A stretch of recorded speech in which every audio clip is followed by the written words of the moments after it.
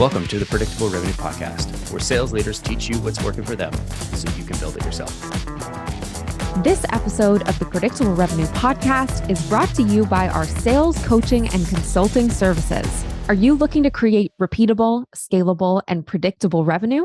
We've helped thousands of companies grow their business with tailored expert advice backed by testing to ensure they establish the best practices that will work for them.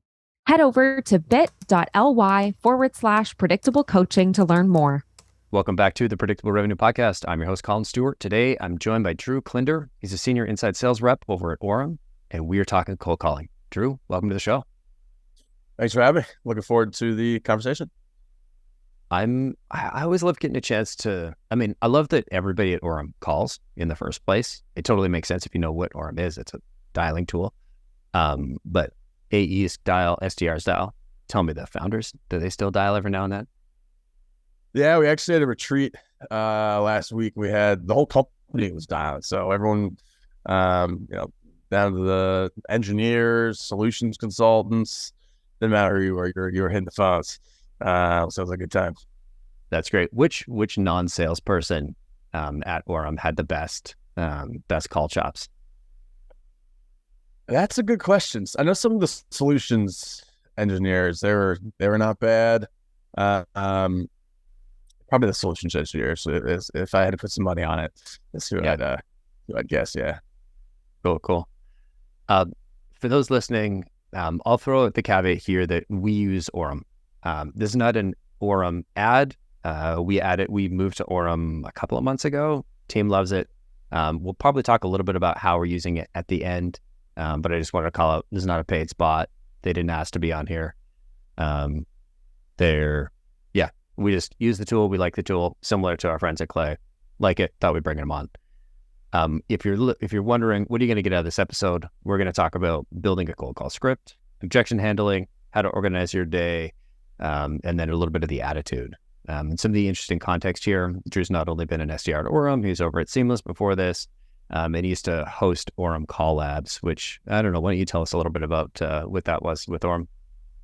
Yeah, so the whole point of Orum Call Labs was, well, first, recognizing that because everyone cold calls at Orum, recognizing that there's a bunch of AEs who have been doing this for a long time and are very good at cold calling. So how do we get their information expertise to some of the newer SDRs? So what I did, I just invited some of the senior reps onto a call, pulled 2 or 3 call recordings, had them break them down, talk about what their mindset was going through the calls, walk through the objections, maybe what they should have done different if there was something different, in front of the whole SDR team. So it was super useful to hear the senior reps, and a lot of times SDRs don't talk to senior AEs. So it helped put a face to a name, make it a little bit easier to communicate with them as well. I love that. That information share between SDR and AE is always really hard. There's no, as an AE, you have a vested interest in supporting the SDR that works for you because it's going to be hopefully higher quality meetings, but you're not quite in a leadership position. You're in a leadership and not a management position, I guess is the way to say it. And to do these like extracurricular, non-commissionable activities, it's a tough trade-off of like, I'm literally getting paid to turn, meetings into dollars, and then to take some of that altruistically and support the SDRs. It's always tough to find that balance. So I love that you had kind of built this into the structure of what you're doing.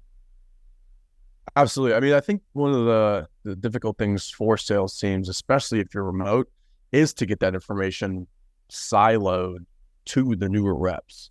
A lot of time, like newer SDRs might be sort of scared to reach out to the senior AEs, or just a little bit nervous about it, or just not know who to reach out to.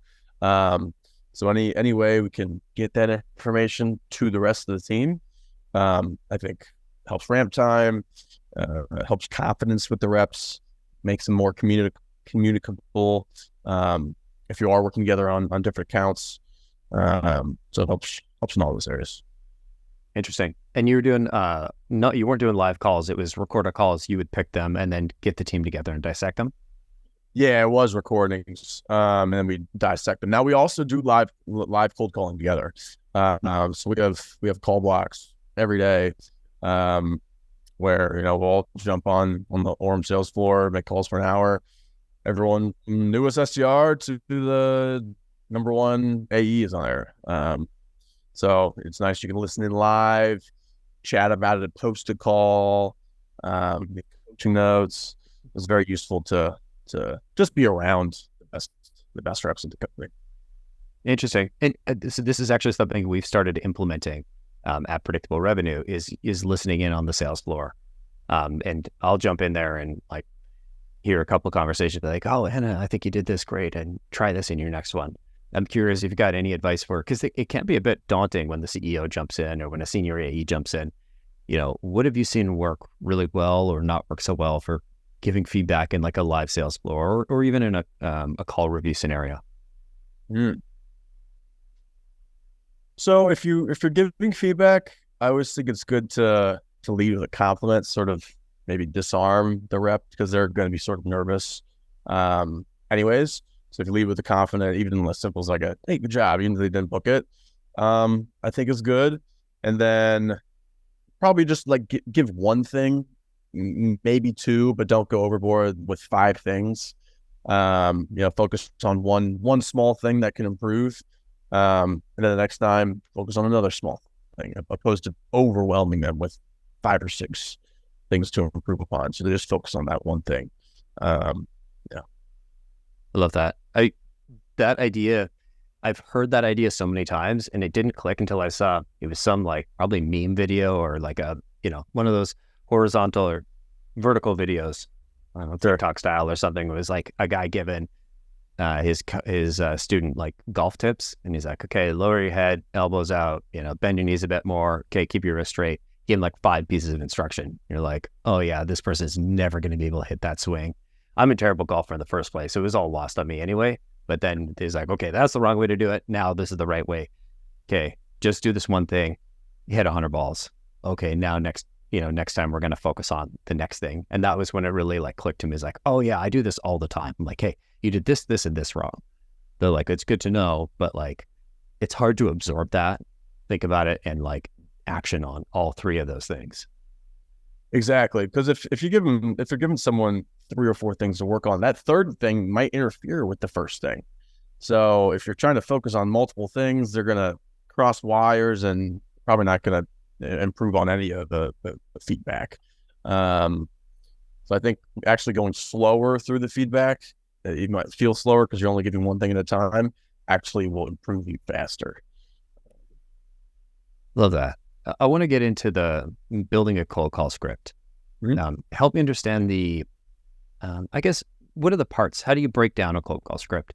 Is it just, do you script everything out? Is it like line by line? Is it sections? Talk me through that process. Yeah. So the way I always start with helping folks build cold calling script is the first half is going to be pretty much completely scripted. And the second half is where it's sort of, you got to be on your feet, ready for what the prospect says. But the first half, you have your opener, that should be fairly consistent all the time. The simple one I use, hey, this is Drew with Orum. Happy Friday, happy Wednesday, or good afternoon, good morning. Very rarely does someone respond poorly to good afternoon. It's an odd response. Post that, you either have sort of your permission-based opener or your value prop. I always go into the reason why I'm calling. So yeah, just to preface why I'm reaching out, saw you were title over at company, had a few sales reps over you or whatever relevant if you had, and was hoping to intro Orum if you had a second. Yeah, I got a second too. Now, if they say no, you know what's coming up. It's always the I'm busy objection, which is the easiest objection to handle. So you know what's coming if they do say no. Assuming they say yes, that's when you go into your value prop. Now, building a value prop, I think is super important for hooking the prospect. And the goal of the value prop is to, in 1 or 2 succinct sentences, tell them what you do and answer the question, what do I get? So to answer that, I think you need to connect the value prop to positive business outcomes. The three, some people say there's four positive business outcomes: increase revenue, decrease cost, decrease risk. Some would argue for increased efficiency. Usually that goes back down to revenue or cost. But I think that there a lot of times some folks will think they have a positive business outcome, but it's not filtered down enough. So, for example, increase forecast accuracy. There's a client I was working with yesterday, and that was the crux of their value prop. Well, increasing forecast accuracy isn't a positive business outcome. So we need to attach to one of those three things that I just mentioned before. So the real business outcome was reducing operational costs, and we put a percentage to that. That's a hook where the prospect says, what do I get? Well, you get a 19% decrease in operational costs. That's what you get. And then past that value prop, you ask a question. And that question, the goal of that question is to figure out their current situation. So it can be a process question, a system question.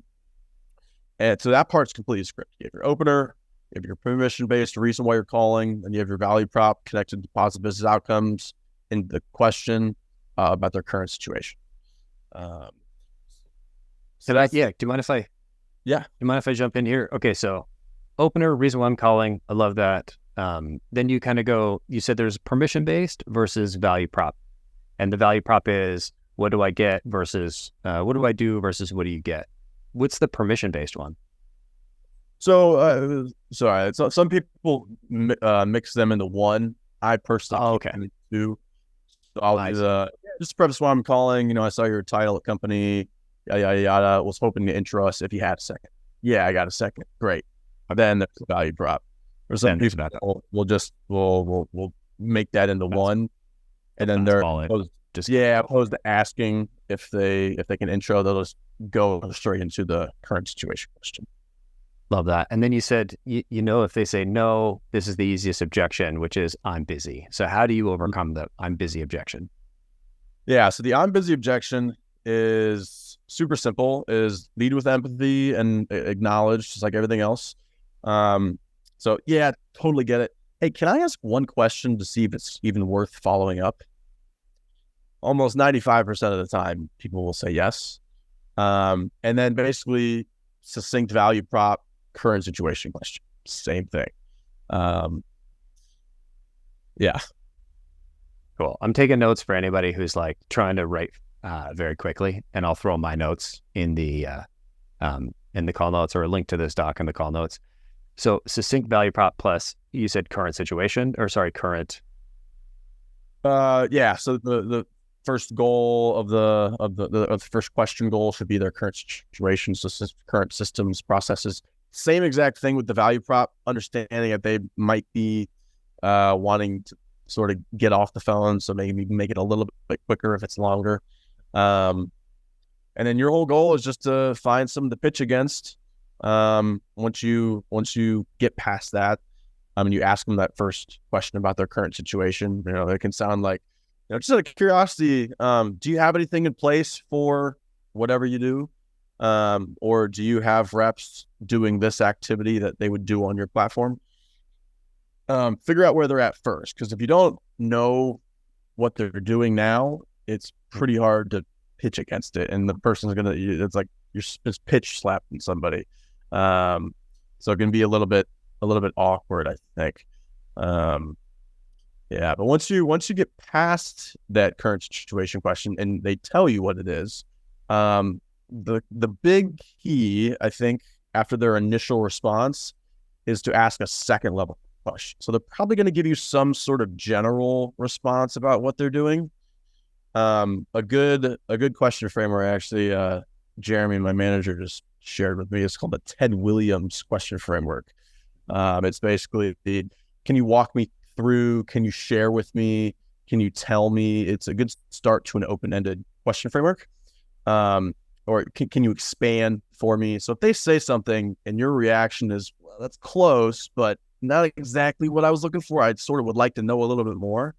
I think you could ask something along the lines, you mentioned X, can you expand upon that a little bit, and get them to make that a little bit bigger.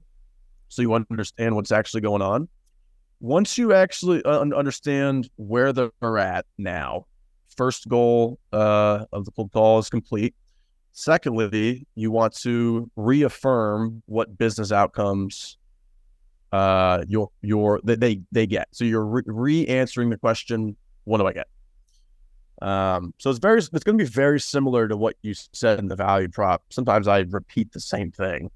Maybe if there's something they said in the current situation, I'll shift it slightly.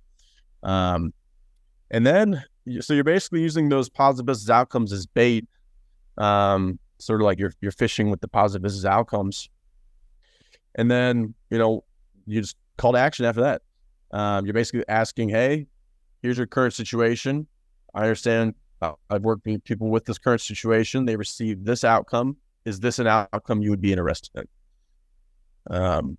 Some of the good call to actions I like, because at first when you're cold calling, it can be sort of hard to figure out how to hinge. First off, I think less is more.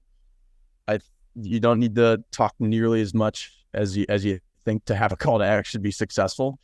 Over talking, I think, kills a lot more cold calls than under talking. So it could sound something along the lines of, you basically just want to recap. Literally recap. Don't make anything new up. Recap what was just said. So yeah. So it sounds like you're using this, you're using that. You're currently getting this outcome with my platform. You're going to be able to increase revenue, decrease cost, decrease risk, whatever the business outcome is. So I think a firm that you'll think it'll be useful to them to look at. So I think this would be useful for you to check out. Would you be open to scheduling a call maybe Thursday or Friday? I have 3 or 4. Do either of those times work for you? So you're asking a question. We could do like Thursday or Friday if that would work for you, and then immediately you just go to the time. I could do 3 or 4. Would either of those times work for you? So your final question they're actually answering is a or, not an if. That's great. Yeah, let me try this. So we recap what was said succinctly, and so I hear you've got a couple AEs, no SDRs, and so they have to cold call themselves, which they're only able to do an hour a day. They probably get they're currently getting like 20 or 30 calls. With my platform, you could 3x the number of calls, which would more calls equals more prospects, more business, et cetera, et cetera. So I think this would be useful for you to check out. Would you be open to schedule a call Thursday or Friday? We could do 3 or 4. Do either of those times work for you? Perfect. Exactly. Cool. I like it. It's interesting. In an email, I would say I would never ever let you say that, because it's like 3 questions all in one sentence. Right. But it's kind of the assumptive close. If you want to say yes, I'm just going to save us the back and forth of like, does it make sense? Cool. Now we move to scheduling. You're just assuming we're going to go to scheduling if they want to. What if they say no? So that's when your objection handling skills come into play. So there's a really good objection handling framework that actually the CEO of Orum was when I was first introduced to it. Basically, there's a framework that I sort of half came up with, half mixed with his. But the one I use is called the AAA framework, which is acknowledge, add value, ask a question. The one thing Jason adds to that is after you acknowledge, double down on the risk that they just said. So if they say no, let's say, yeah, it sounds great, but we just don't have budget. Acknowledge, yeah, totally get it. A lot of teams are low on budget, and then you want to double down on the risk, so it could sound something like, no one wants to buy a tool, it becomes shelfware, the reps don't use it. So you're basically complaining for them a little bit, or trying to. If we've listened to Never Split the Difference or read Never Split the Difference, this is the accusation audit saying, hey, I don't want to spend any money. And you're like, yeah, totally fair. You probably have 100 sales tools and your team's probably not even using half of them. you don't want to add another one to the stack. And then you get to them to agree to that. Now you're going to, so this is, we've hit acknowledge, double down, now add value. So how do we add value after the accusation on it? So the hinge phrase I like to use is, one thing I may add, and sort of in that tone, one thing is double down, you know, you're not going to use it, it's going to be shelfware, yada, yada.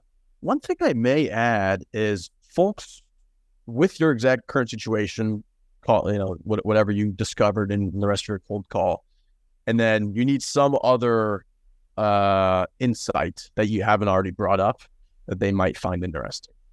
If it's tailored around the specific objection, so if it's budget, maybe you're able to find that budget, you're able to pull it from a different department or something. Like one thing Orum is able to do is a lot of times pull it from headcount budget opposed to tech spend.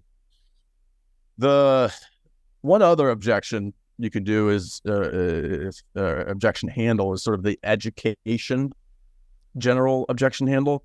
And I learned this actually from Ali Brotherton over here at Orum.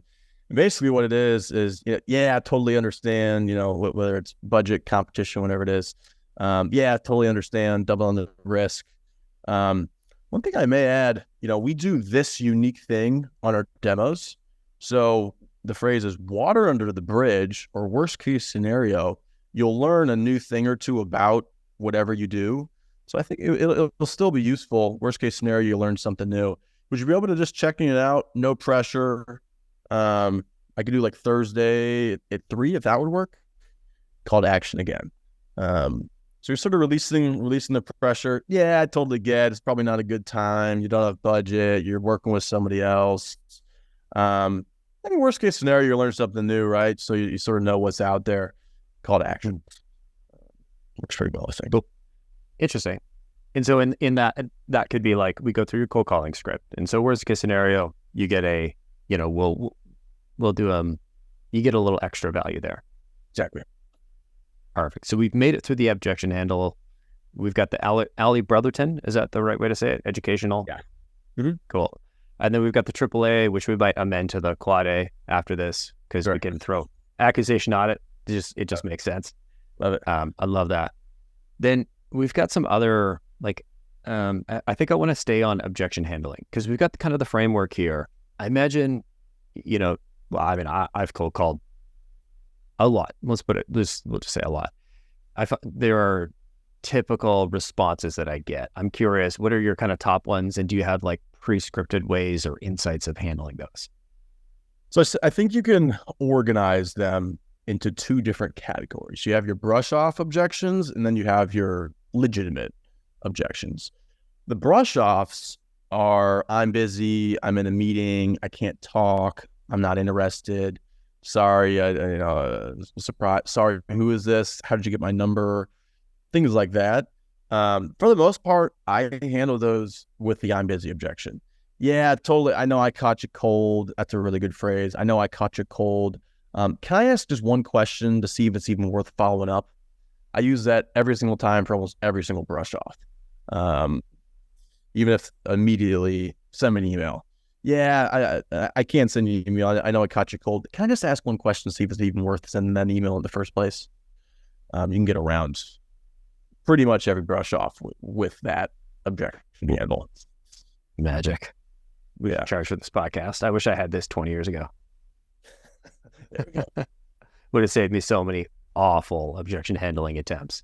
But that's how you get good. I'm sure you've, to get to this level of proficiency, I'm sure you've,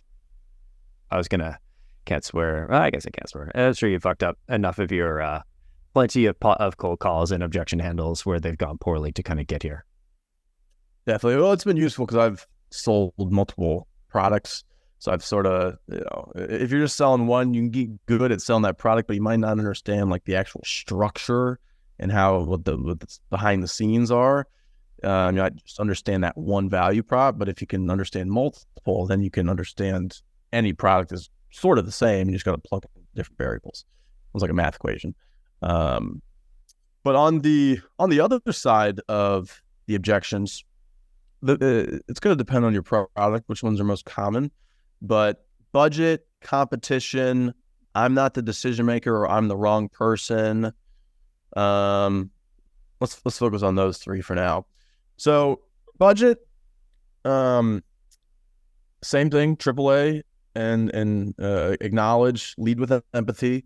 And it can be a simple, small little phrase. Yeah, I totally get it, understand. Budgets are always pretty full. Double down on the risk with the budget. The big thing with budget is you're probably concerned you're not going to use it, or you're not going to get the return. So it's going to be wasted money. So bring those concerns up. And then one thing I may add, this one might require a little bit of pre-work, but you would probably want to go to an AE who has heard that objection, before on a deal, budget. Hey, we get budget, and then got budget. How did that happen? And then have that sort of pre-story ready to bring there, almost like a study of how to get around budget, and then call to action. So acknowledge. What was the other A? Acknowledge, accusation, audit. You double down on the risk. Exactly. Yeah. Accusation, audit. Add value. Ask questions. That's a good question. Which hinge call to action. So you say you're cold calling me to sell me Orum, and I say I don't have the budget for it. I already use Apollo and another tool that's competing. I can't spend any more on the budget. What's the site? Yeah, go ahead. Yeah, I totally hear you. I hear that all the time, especially in today's economic environment. Plus, you don't want to buy a tool that'll just sit on the shelf, or reps that may not use, especially if you have something already in place. One thing I will add is normally with folks using Apollo and whatever other tool you said, they do usually see like a 2 to 3x increase in volume of conversations, leading to more revenue, of course. So I think it might still be worth checking out if you'd be open to it. I could do like Thursday or Friday later this week at like 3 or 4, if either of those times would work for you. I can't help myself, but I was like nodding along. I'm like, yeah, I take a call. I'm like, shit, we already bought. One call close. Honestly, I think those are the worst. The one call closes never make it through. I shouldn't say never, but when they close too quickly, they never make it through onboarding, or they're always the pain in the ass company. Anyway, yeah, I love that because they didn't give proper consideration. I know somebody who like fought me all the way through the sales process. I'm like, this person's going to stick forever because we talked about every possible issue. Whereas the guy who's like one call close is going to spend $100,000 in a 30-minute call, I'm like, I'm seriously worried about this. Yeah, does he know my names? 100%. We had a guy who we were at a SaaStr conference, and he signed up and paid at the booth for like a 6-month commitment on like $5,000 a month, so $30,000. That one didn't make it the full length of the engagement. Yeah, so unsurprising. Fair. So acknowledge. The one small thing I'll add, people usually see 2 to 3x the volume. And then the question is just your CTA. Is your stock? I would just send a call to action. I mean, once you're in the objection, and you already know their current situation, you don't want to keep asking more questions. You're already giving them the positive business outcome they're going to get. They brought up a concern, you quelled it, you ask again. If they bring up another concern, same process. Once you get to 3 call to actions, I mean, it's probably pretty low. You book it, but 3 call to actions is probably where after the third one, it's like, all right, so you can give them a call back later. I think if you get to 3 call to actions, like 3, you try and handle 3 objections on a cold call, and you're a fucking hero. One, if you're just able to stay calm and like go through the correct process without sort of making the prospect annoyed, that's a win in and of itself. And if you're actually able to like convey the value, get the prospect to understand that, and at the 3rd call to action to book it is always an impressive call. But the next objection, that's I think one of the more common ones that's also important, and basically, I would almost call it the enterprise objection is I'm not the right person, especially in larger companies. There's 15 people that could be involved in a decision. No one necessarily wants to take the risk. They don't see a personal win in even taking a demo. So they're like, I don't want to do it. It's sort of what's going in the back of your mind. And this is from Aaron Melamed, who actually also introduced me to the positive business outcomes idea. But basically what it is same thing, acknowledge. Acknowledge that there's multiple people that would be involved in this decision. Yeah, totally understand that, there'll be multiple people involved in this decision. That being said, I do think it would be worth starting with you, especially because you're most likely talking to someone who's not the NDM and you're like someone lower on the totem pole, because you're closer to the day-to-day in the weeds. So I think you would have some valuable insights there. Not looking to start a sales process or anything, bring the pressure off. Educational, Ali Brotherton, water under the bridge. You'll learn a new tip on my tool on the industry, et cetera, call to action. So to recap, acknowledge there's multiple people involved in the decision.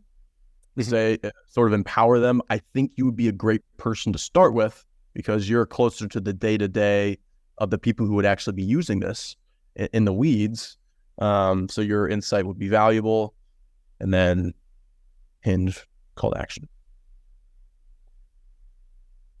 Hinge, call to action. What is the hinge in this one? Yeah, so the hinge could be as simple as like, so that being said, so in that case, just a way to get to the call to action so it's a little bit not so awkward, or just ask a question out of the blue, sort of leading into the question.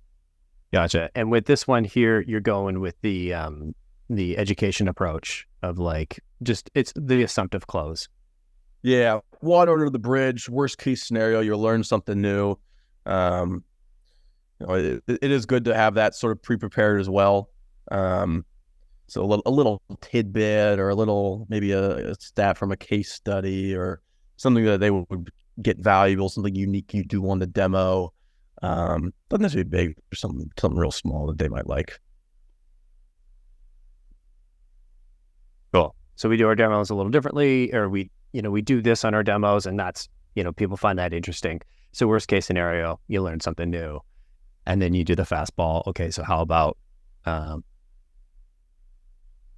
exactly, Tuesday, Thursday, 3:00. Cool. I'm trying to speak and take notes at the same time. My brain doesn't do both well.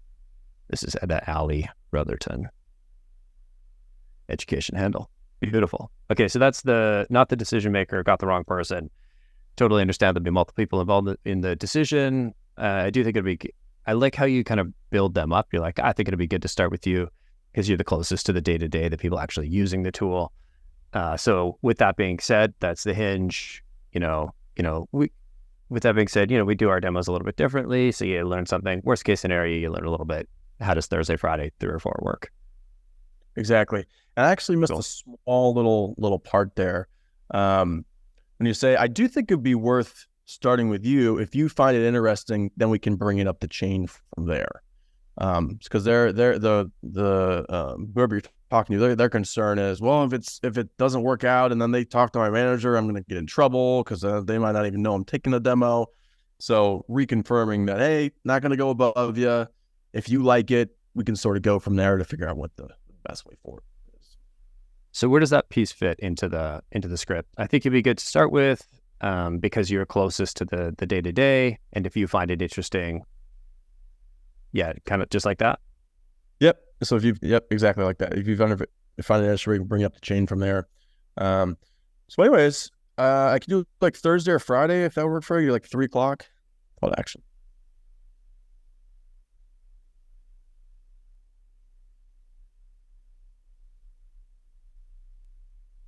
For anybody who's wondering why I'm silent, it's because I'm typing so that you all don't have to.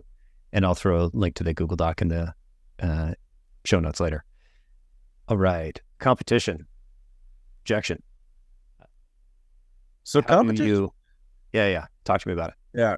Competition is tricky depending on who your competitors are, because it can sort of be multiple objections into one. Sometimes it can be sort of a budget objection in there. Yeah, we just signed up for a year, 3 months ago, so we wouldn't be looking at any type of new budget. So I don't think it's a good time for now. That's a difficult objection to overcome. So you really got to know you have to know your competitors and the differences, and then the outcomes folks will get from switching. So a lot of times it's a cost saving if you're less expensive. Or maybe it's like in Orum's case, there's like power dialers and there's parallel dialers. If you're a power dialer like Phone Burner and you switch to Orum, use parallel dialing, you're going to be able to 2 to 3x volume of conversations, revenue increase. So definitely want to know the outcomes or the differences, that the reason why they would change from the competitor, and that is now your positive business outcome you pitch against. Now, a lot of it's going to be a timing thing. You're not always going to be able to book a meeting right away. If they just signed a year contract and they're 2 months in, it doesn't really make sense to chat right now.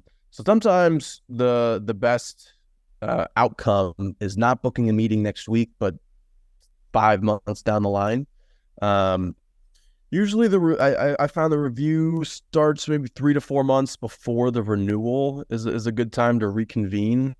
So that's a good time to throw something on. And for calendar, for competition, stuff like that, I don't see anything wrong with throwing it 4 months out. I don't think there's anything wrong with that. I might want to send an email the week before.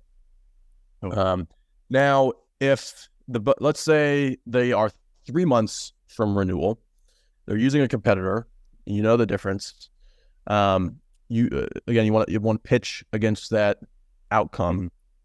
So most of it is in the pre-work, knowing who your competitors are, what they do, the differences and the outcomes.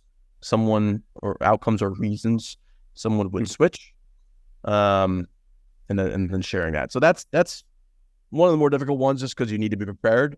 The other ones you don't necessarily be super prepared for. So that's. But I would use the same framework, the quadruple A, and the risk, the accusation on it, or the risk you bring up is why anyone would not want to change. Yeah, totally get why you may not want to change. It takes a lot of lift from enablement and ops to switch up systems, data transport. You got to train the reps on the new system. That being said, my system is actually super easy to onboard and use. We have a dedicated onboarding team. Further, make sure they understand that the transition is not going to be difficult. Coupled with the outcomes they get from switching, call to action. See what they say. Love it. Okay. I don't want to beat a dead horse on the objections here. Just such a weird phrase. It seems like you've got the quad A process for objection handling. You've got your script. I could just go and get on the phone and start dialing. But practice is one of those things that makes perfect. And I wish I would have done more practice. I didn't have, and I'm not trying to call it any sales manager I worked with before. I just didn't work for huge sales teams. I usually work for an entrepreneur that didn't have a sales background, and I was the sales guy they brought in. And so I never got I had to do a lot of learning by myself. And I wish I would have had the insight to do more practice, but I didn't. I just picked up the phone and the phone book, because I'm old, and I did this, and I dialed manually like a peasant. I love your thoughts on, we're quite a ways away from me, cold calling to a phone book. What are your thoughts? How do you handle practice in your life as an SDR? So role plays are important. I think there's a super easy way to do it, is find sort of the biggest jerk, the meanest person at your company, whoever you're like least wanting to talk to. That's who's probably going to be best in the role play. Because if you can do well with them, you're probably going to do all right with a customer. So that it might not be the most enjoyable experience, but you're probably going to learn the most and get better the fastest. Now, secondly, I think this is actually, in terms of skill development, especially as a new SDR, I think this is the number one thing you can do to get better quickly, and that is call live in public. So invite whoever, SDRs, AEs, anybody you can get on a Zoom or a sales floor, whatever, and have them listen to you calling a prospect. Managers are great. More pressure, the better. What it does is it puts you in a highly pressured situation, which you don't always get as an SDR besides the cold calls. And what you find when the pressure is higher, you find the cracks in your pitch very easily. And that's what you want. So it allows you to see where your weaknesses are when the pressure is up. But that's good because now you know where you're bad. And when that's the first step of getting good is knowing where you're bad. So I highly recommend call in front of people as much as you can. One, you just get used to the pressure.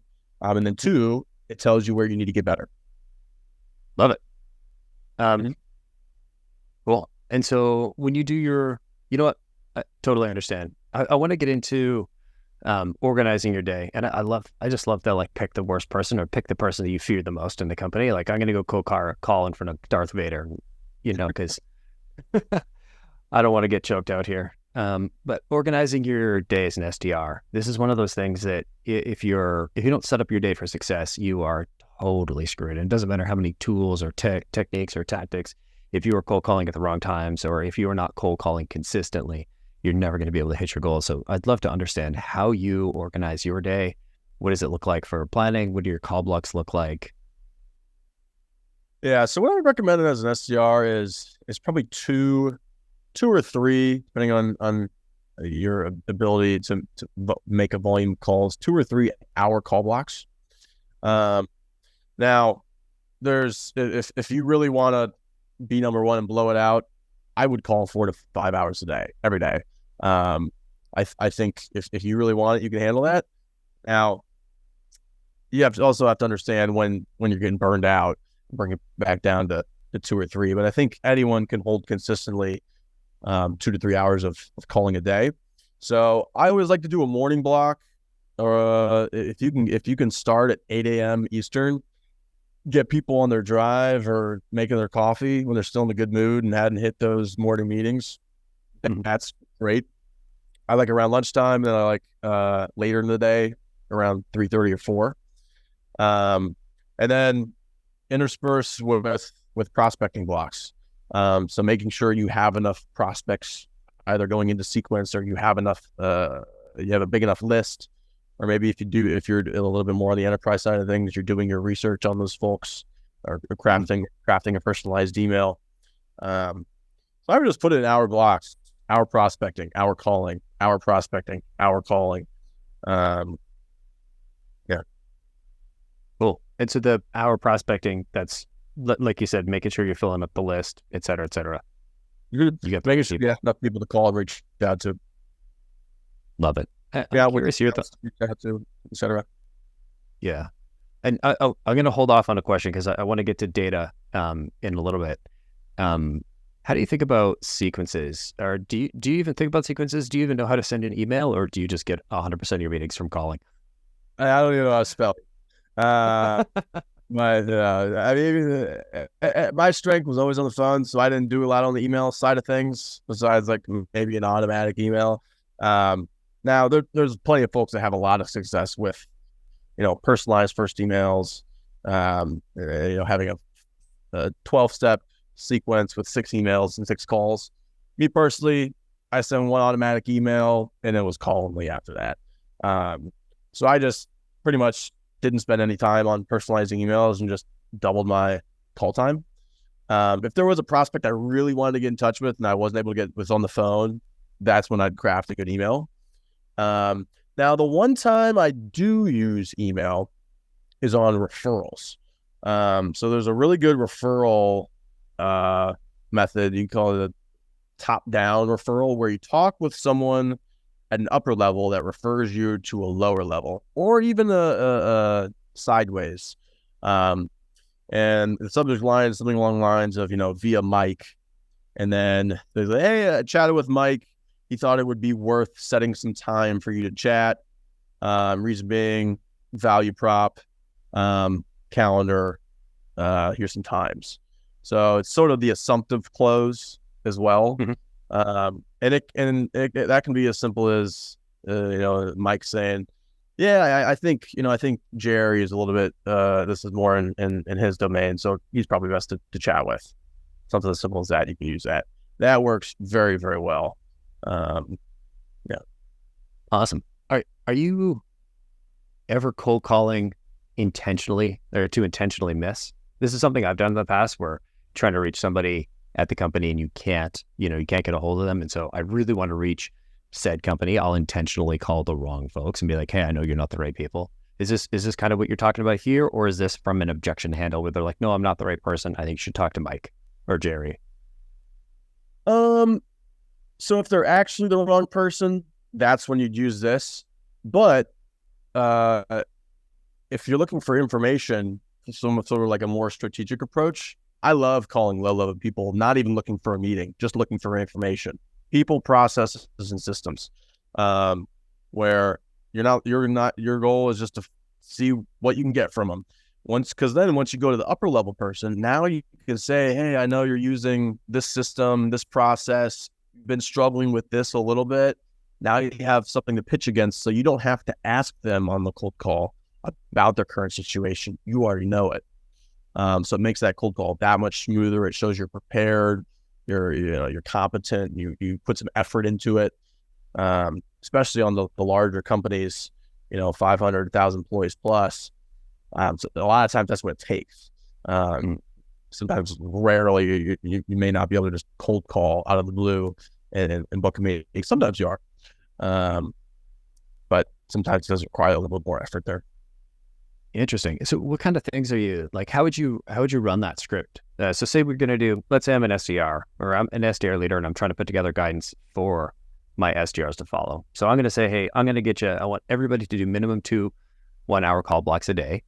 And then I want you to do a third information gathering block where you're not calling your primary lists. You're going to call your secondary lists, and it's going to be intentionally people lower down on the totem pole that can, that you're just going to ask questions and learn some information.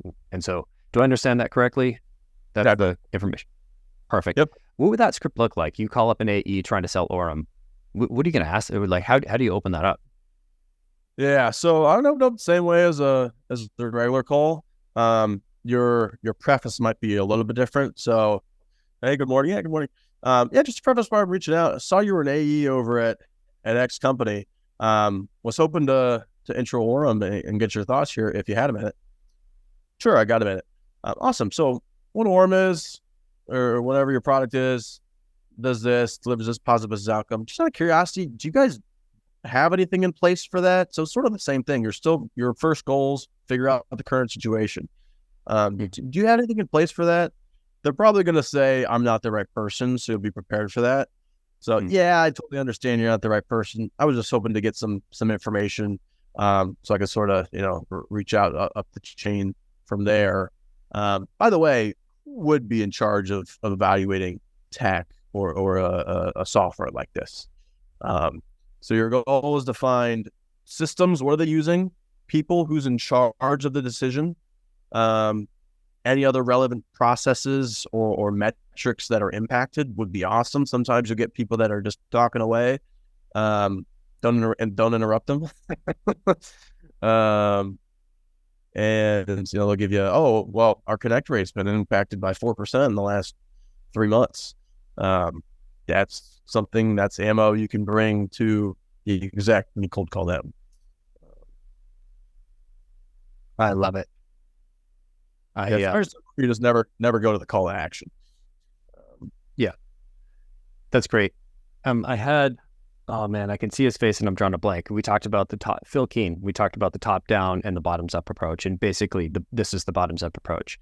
Makes it so much easier when you got a parallel dialer.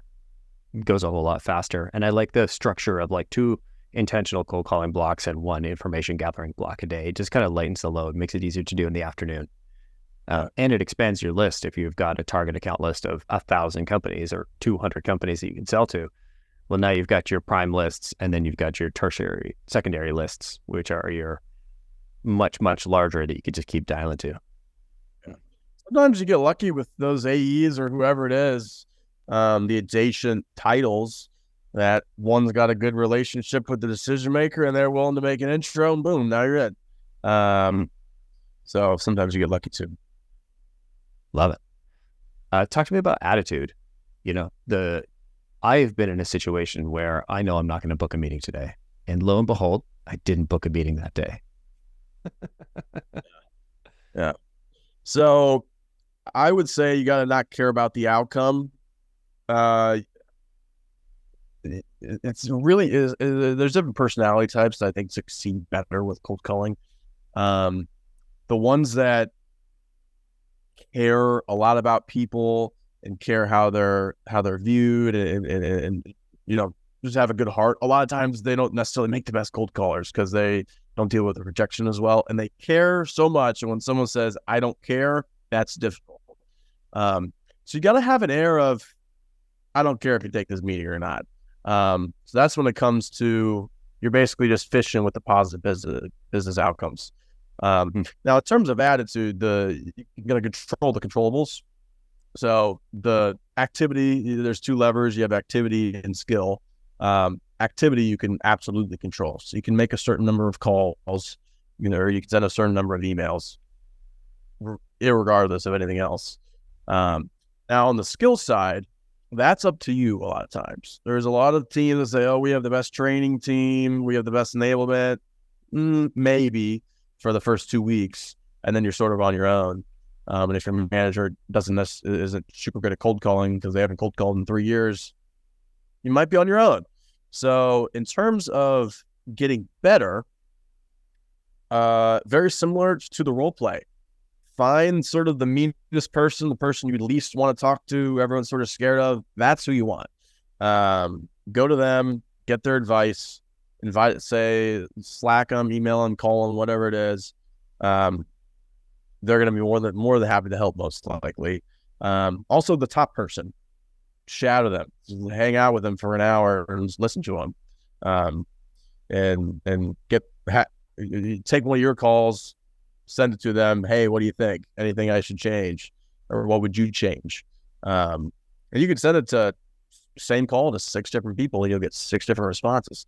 And if you do that 3 times a week for your first 6 weeks, plus you do role plays, plus you listen to other people's calls, you'll probably be pretty good pretty quick.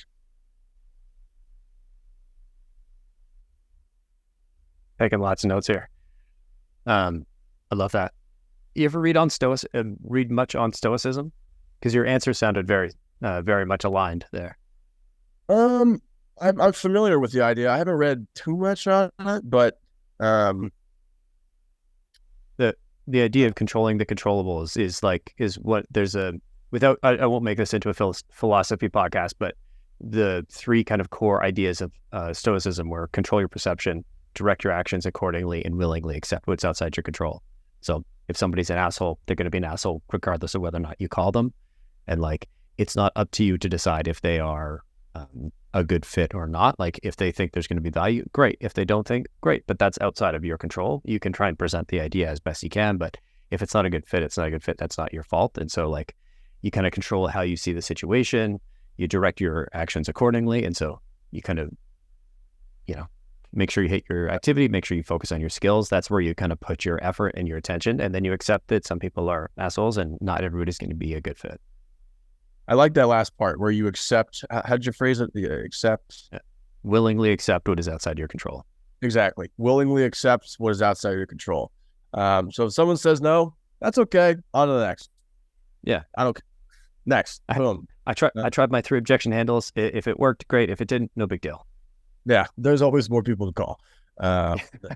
You'll always be able to make more phone calls. So. 100%. What if I get stuck? Say I'm doing all this, but something's just not working. I'm having a bad week. I'm having a tough month. I'm in a bad list. What if I'm stuck? Mm-hmm. So if you're stuck, you got to figure out why. It's either a skill thing or an activity thing. So similar to what I just mentioned on the skill development. If it's an activity thing, you need to figure out a plan of action to get enough activity to at least give yourself a shot. If it's a skill thing, find the top rep, get their feedback, or send your call to 5 different reps, get their advice, or send it to the meanest, biggest jerk on the team. They're probably going to give you good advice. Yeah. I'd probably start with that. You'll usually find they're not such a big jerk after all. Yeah, that's what I would do. Nice. I don't know who they are at PR, but I bet you they were on this call. Love it. Yeah. One thing I would add in is if you're an SDR or an AE and you're stuck or you're feeling stuck and like you were closing or, you were doing well, but you're not anymore. I'd think about when the last time you had a holiday, vacation, a day off. And like, that's one thing I've seen just murder reps is, you want to close, you're hitting, you're performing really well. You're afraid to take a holiday because you don't want to throw it off and you end up burning yourself out. And you're like, I'm doing the same things, but you don't quite have the same wind in your sails. Might be a vacation. Yeah, a disconnect, especially if you've been going at it for a while, stepping out, getting a clear head, sort of resetting the attitude. I think that's a good idea. We've talked a lot about cold calling on this. Talk to me about some tech to enable the process. I think on our last call, I might have brought up that, mobile data, if you don't have the right, if you're using Orum or a parallel dialer or even like any sort of calling tool and you don't have good data, you're wasting your time. We use a tool called Clay. It's really easy to fill in and get, 5 or 6 different mobile phone numbers. And from my experience, it's the difference in Orum of 2 to 5 connects a day to like 7 to 15 connects a day. Yeah, so I think there's a core tech stack you need. You need a CRM, keep track of everything. It all starts with the data. You absolutely need a data tool. If you're calling, you need good cell phone numbers. You're going to need good emails as well, but I think the cell phone numbers is as important, if not more important, especially if you're in a calling first motion. Some of the tools out there, you got your Zoom info. They're the biggest in the space, obviously. They're going to be the most expensive by a good margin, though. So you can probably buy 2 other tools for the price of a Zoom info. You have your Seamlesses, your Sales Intel, you have your Cognisms. Then there's a tool like Apollo where it's data and an engagement platform. So I do recommend an engagement platform so you can tie emails well to it. If you're ready to call heavy motion, you don't need it. But you probably do want it if you do have budget. So data, engagement tool, dialer is the CRM. If you're on a budget, CRM, data, dialer is over an engagement tool. I think 70% of our meetings now come from the phone. If you're on a super tight budget, I'd go data dialer, hands down, right? You're going to get most of it for half the cost. And I would argue less than half the cost because as soon as you say CRM and integration and sales platform, et cetera, we're talking like 3 months of decision-making and integrations and things that you have to get right. So if you want the fastest time to value, what we're using Orum plus a data supplier, we don't do any integrations in the first 3 months. And we're using that to get our rep calling within a week. And like anybody listening to this podcast, if they're hiring a new rep, you could do the same with a tool like Apollo, Clay, and Orum. We've danced around it. We use Orum. I love the like parallel dialing. We've used other tools. I won't say what they are, but they were dialers of a variety of different styles, multiple numbers you could dial. So far, we found Orum to be the best. I'm curious, what's the number one thing that you get out of the Orum platform yourself? Number one thing. Well, besides just the core dialer functionality of power and parallel dialing. I would say the recent addition to the sales floor is pretty nice, where you can join these call blocks every day, live listen in. I would say that's pretty impactful. So I would say that's my sort of favorite feature, besides that core functionality of the dialer. I think it might be our SDR's least favorite because I jump in there. It's my most favorite. I jump in there then I'm like, hey, I had a great call. Here's one thing you might want to try next time. It terrifies them, I think, but it's all about kind of building and helping people get a little bit better. I wanted to end with talk to me about some good targets that people can expect as a full-time SDR, dials, connects, conversions using Orum. Yeah. So if you're using Orum, I always think 200 dials a day or 1,000 dials a week. That's a really good start. That's about 2-ish, maybe depends on how many people you connect with and how long your conversations are. But that's totally doable in a day. I mean, there's folks that use Orum that make 500, 750 calls in a day. So they're going crazy. I think a couple of them might be on your team. But yeah, I'd say that the 200 is a good start. And anybody can really achieve that in an hour or two. From a connect rate, what's a decent connect rate people should be looking for? 4 to 5%, I'd say. If you drop below 4 to 5%, you probably could be doing better with another tool. If you're in the anything above that, don't change what you're doing. If you're at 3%, if there's another cheap data provider out there which you can add in addition, not a bad idea. But if you're sitting at that 2 to 3%, I would just get a test drive of another data product, cross-reference it across numbers you already know, see how accurate they are. If they're accurate, go with it. I would argue human labor is your biggest component, is going to be your biggest cost in a sales development team. Like even if Orum was $2,000 a month, it's not. It's nowhere near that. But even if it were $2,000 a month, you're still paying your SDRs more, likely. And spending an extra couple $100 a month to get the right data for them so that you double their connect rates, you're effectively, with Orum and the right data, you're effectively doubling the output of what a human can do. It is the best investment I've made to get good data to work on top, to work with Orum. It can be the difference between a 1% connect rate and a 8% connect rate. And that is just, the math is just really in support there. Last question, conversions. If we've got 4 to 5% connect rate, what kind of conversion rate of the connects should be converting to a meeting? I always say the goal should be convert 1 out of every 5 conversations to a meeting. So conversation being more than just a quick hang up. Normally that takes about 100-ish, 125 dials. So if you can book, usually I see 1 meeting every 100, 125 dials. That's a really good place to be. Now you're booking every 1 out of 5 or 6 people you talk to. Eventually the best people, they'll book every 3 to 4. So they're booking a meeting every 50, 60 dials. So they make 250. That's a 4 meeting day.